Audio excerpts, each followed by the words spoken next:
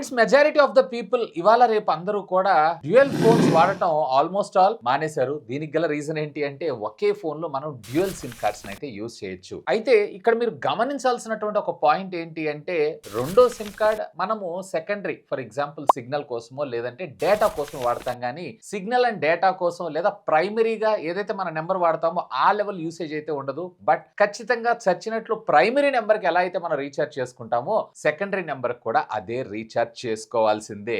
And దీన్ని పక్కకు పెడితే మరి ఫీచర్ ఫోన్ సంగతి ఏంటి?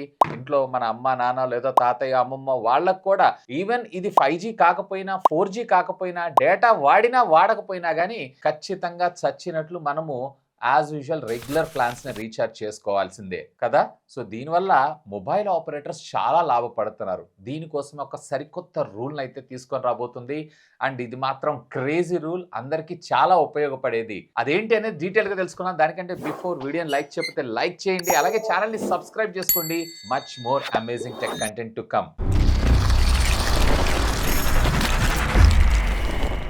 ట్రాయ్, ఈ పేరు మీరు వినే ఉంటారు. Telecom regulation authority of India అని అంటారు. యాక్చువల్గా మనం బ్యాంక్స్ అన్నిటికీ కూడా ఆర్బీఐ హెడ్ ఎలా అయితే ఉంటుందో సేమ్ అదే విధంగా మన మొబైల్ ఆపరేటర్స్ ఎవరైతే ఐడియా, ఎయిర్టెల్, బిఎస్ఎన్ఎల్, వడాఫోన్ ఇవి ఉంటాయి చూసారా. సో వీటన్నిటిని కంట్రోల్ చేసేటువంటి ఒక హెడ్ ఈ ట్రాయ్ ఒక సరికొత్త రూల్ని అయితే తీసుకొని రాబోతుంది. అదేంటి అంటే నేను ఇందాక మీకు చెప్పినట్లు ప్రైమరీ మనం ఎక్కువగా వాడుతుంటాం. సెకండరీ ఫర్ ఎగ్జాంపుల్ కాల్స్ కోసమో లేదన్నట్లయితే ఒకవేళ ప్రైమరీలో డేటా అయిపోతే సెకండరీ డేటా కింద మనం యూజ్ చేస్తూ ఉంటాం. అయితే ఖచ్చితంగా చచ్చినట్లు మనం ప్రైమరీ సిమ్ కార్డ్కి ఎంతైతే పేమెంట్ చేస్తాం అంతే పేమెంట్ సెకండరీ కూడా చేయాలి కదా. సో అలా కాకుండా ఈ ట్రాయ్ ప్రతి ఒక్క మొబైల్ ఆపరేటర్ కూడా ఒక ఆదేశం ఇవ్వడం అయితే జరిగింది. అదేంటి అంటే మీరు డైరెక్ట్గా రెగ్యులర్ ప్లాన్స్ అయితే తీసుకొస్తున్నారు కదా, అలా కాకుండా కాల్స్ అలాగే SMS కోసం ఒక ప్లాను, డేటా కోసం ఒక ప్లాను తీసుకొని రావాలి అని చెప్పి. బేసిక్ గా దీనివల్ల మనకు వచ్చినటువంటి అడ్వాంటేజ్ అంటే ఫర్ ఎగ్జాంపుల్ ఇప్పుడు మీరు ఒక రోజుకు వచ్చేటప్పటికి 1.5 GB డేటా అలాగే 28 days కి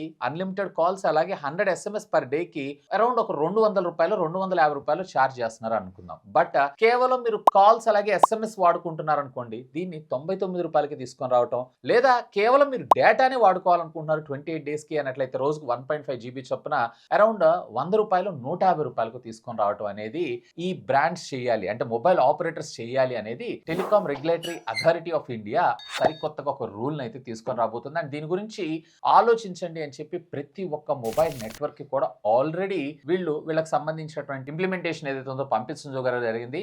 mostly if I'm not wrong 2025లో వీళ్ళు అఫీషియల్ గా అనౌన్స్ చేసి 2025 ఫైనాన్షియల్ ఇయర్ ఉంటుంది సార్, అంటే April 1 నుంచి అఫీషియల్ గా దీనికి సంబంధించినటువంటి ప్లాన్స్ ని మనం ముందుకు తీసుకొచ్చినా కానీ మనం ఆశ్చర్యపడాల్సిన విషయం లేదు. బేసిక్ గా దీనివల్ల సెకండరీ సిమ్ యూజర్స్ ఎవరైతే ఉన్నారో, ఫర్ ఎగ్జాంపుల్ మీకు కేవలం కాల్సే కావాలనుకుంటున్నారు అనుకోండి, సిగ్నల్ కోసం అనుకోండి, మీరు సెకండరీ సిమ్ కేవలం కాల్స్ అలాగే SMS అంటే ఒకే దానిలో రెండు మీకు రీఛార్జ్ రావడం జరుగుతుంది. ఒకవేళ లేదు ఓన్లీ మీకు డేటా కావాలి అన్నట్లయితే కనుక డేటాకి మాత్రమే. ఫర్ ఎగ్జాంపుల్ నేను వాడుతున్న రెండో సిమ్ కేవలం నాకు డేటా కోసమే, నేను ఒక జియో వాడతాను, ఒక ఎయిర్టెల్ వాడతాను. జియో మన హైదరాబాద్ ఎయిర్పోర్ట్ లో బాగా పనిచేస్తుంది, బట్ ఢిల్లీ ఎయిర్పోర్ట్ లో అయితే అసలు వర్క్ చేయదు. బట్ ఢిల్లీ ఎయిర్పోర్ట్ లో ఎయిర్టెల్ బాగా పనిచేస్తుంది, ఎయిర్టెల్ కవరేజ్ బాగుంటుంది ఢిల్లీలో కంపేర్ టు మన హైదరాబాద్ కన్నా. సో హైదరాబాద్ లో నాకు జియో బాగా పనిచేస్తుంది, అక్కడ నాకు ఎయిర్టెల్ బాగా పనిచేస్తుంది. నేను కాల్స్ వాడను, ఓన్లీ డేటా మాత్రం వాడతాను. సో అలాంటి సందర్భాల్లో కేవలం నేను ₹100-150 పెట్టి ప్రతి నెల జస్ట్ డేటాకి మాత్రమే రీఛార్జ్ చేస్తాను, నాకు కాల్స్ కి రిక్వైర్మెంట్ అవసరం అయితే లేదు. So which is a good move. And ఇదే కాదు, మన ఇంట్లో ఉండేటువంటి ఇలాంటి ఫీచర్ ఫోన్స్ ఉంటాయి చూసారా, కీప్యాడ్ ఫోన్స్, వీళ్ళు డేటా వాడరు. మన అమ్మ నాన్న లేదన్నట్లయితే తాతయ్య వీళ్ళకి డేటా అంత పెద్ద పని లేదు, అండ్ డేటా ఇందులో వర్క్ కూడా కాదు. సో అలాంటి సందర్భాల్లో ఓన్లీ కాల్స్ అండ్ SMS కి మాత్రమే మనం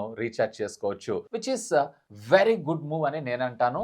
బట్ ఇక్కడ మీరు ఒకటి అబ్జర్వ్ చేశారా, యూజువల్ గా మనము డ్యూయల్ సిమ్ కార్డ్ అని అంటాం. ఫర్ ఎగ్జాంపుల్ SIM1 కనుక మన కాల్ ఇచ్చిన అనుకోండి, SIM2 ఆటోమేటిక్ గా స్విచ్ ఆఫ్ వస్తుంది, లేదా SIM2 కాల్ వస్తే SIM1 ఆటోమేటిక్ గా స్విచ్ ఆఫ్ అవుతుంది, అన్లెస్ అండ్ అంటిల్ అదొక ఫ్లాగ్షిప్ ఫోన్ అయితే. అలాగే కొన్ని ఫోన్స్ మాత్రమే మనకి సపోర్ట్ చేయడం జరుగుతుంది. అఫ్ కోర్స్ కొన్ని ఫోన్స్ లో మనం డేటా వాడుకోవచ్చు, ఒక సిమ్ కార్డ్ వాడుతున్న SIM2 లో నుంచి. సో ఇది కూడా కొన్ని ఫోన్స్ కి పనిచేస్తే కొన్ని ఫోన్స్ కి పనిచేయదు. ఈవెన్ ఐఫోన్ అయినా కానీ ఒకవేళ మీరు రెండిట్లో ఒకటి ఫిజికల్ ఒకటి ఈ సిమ్ మాత్రం వాడగలరు. సో ఒకవేళ SIM1 కి కాల్ వస్తుందంటే ఆటోమేటిక్ గా SIM2 అనేది సిగ్నల్ కట్ అయిపోవడం జరుగుతుంది. సో ఆ సందర్భంలో SIM2 కి ఎవరైనా కాల్ చేసినా కానీ SIM1 కి కాల్స్ అయితే రావు. సో మొబైల్స్ వీటి మీద కూడా గట్టిగా రీసెర్చ్ చేసి at a time 2 phone calls at least call waiting వచ్చేలాంటి ఫీచర్ నాకు గుర్తున్నంత వరకు ఫీచర్ ఫోన్లో శాంసంగ్ ఫోన్స్లో అనుకుంటే పాతదానిలో నేను ఆ ఫీచర్ అయితే చూశాను. బట్ ఆ తర్వాత కొన్ని ఫ్లాగ్షిప్ ఫోన్స్లో ఒకటేసారి 2 సిమ్స్ పనిచేస్తుంటే కొన్ని ఒకసారి మ్యాక్సిమం అయితే పనిచేయవు. దీని గురించి మీ అభిప్రాయం ఏంటి అనేది కూడా లెట్ మీ నో. ఖచ్చితంగా కిందున్నటువంటి కామెంట్ సెక్షన్‌లో కామెంట్ చేయండి. సో ఇది ఫ్రెండ్స్ టెలికాం కంపెనీ అతి త్వరలో మన ముందుకు తీసుకొని రాబోతున్నటువంటి సరికొత్త రూల్‌కి సంబంధించినటువంటి ఫుల్ డీటెయిల్స్ అయితే మీకెలా అనిపించింది లెట్ మీ నో. ఖచ్చితంగా కామెంట్ చేయండి. ఇంకా మీకేమైనా డౌట్స్ ఉంటే లెట్ మీ నో కామెంట్ చేయండి. సాధ్యమైనంత వరకు వాటన్నిటికి కూడా రిప్లై ఇస్తాను. That's all for today. This is Vasu signing off. Have a great day.